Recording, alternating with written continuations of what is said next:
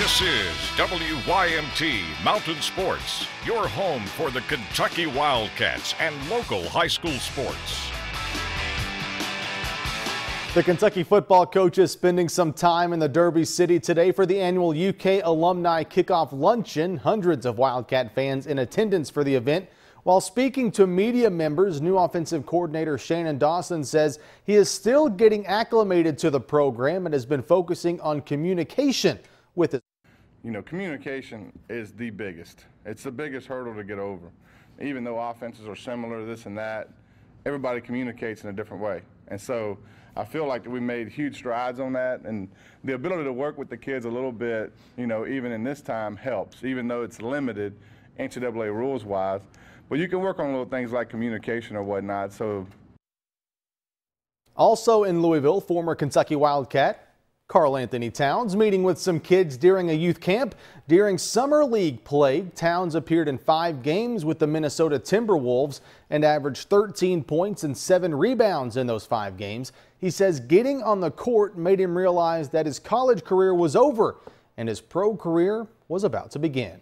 You know, it started sinking in a little more then. I try to live every day to the fullest. So, and Coach Cal always told us live in the present. So for me, I'm just so happy of what I was able to accomplish at UK and what we were able to do as a team. And I enjoyed every moment I was at UK so much that I don't feel any regret leaving. You know, so I feel that I definitely, it just was like the realization that a chapter of my life was over and a new chapter was actually beginning.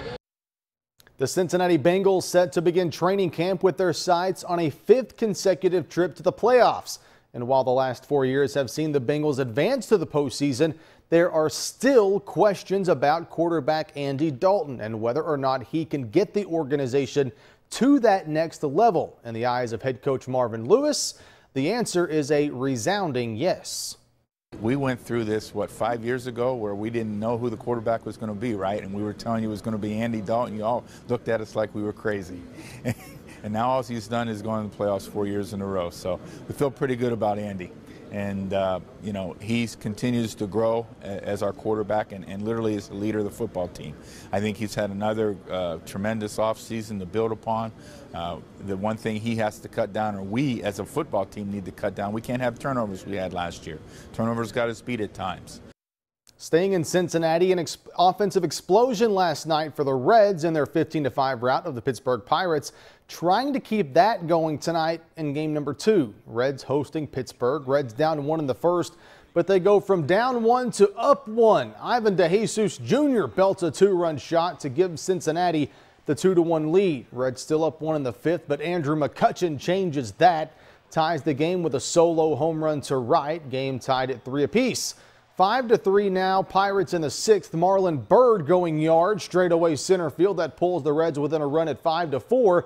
Same score in the 9th. Byrd at the dish with 2 on, 2 out. The sinking liner to left, caught by Starling Marte, and the Pirates win an exciting one in Cincinnati, 5-4 over the Reds. And Matthew, just a reminder, our Pigskin Preview 40 teams in 20 days series begins tomorrow night at 6 o'clock scheduled, assuming the newscast goes on the weekend.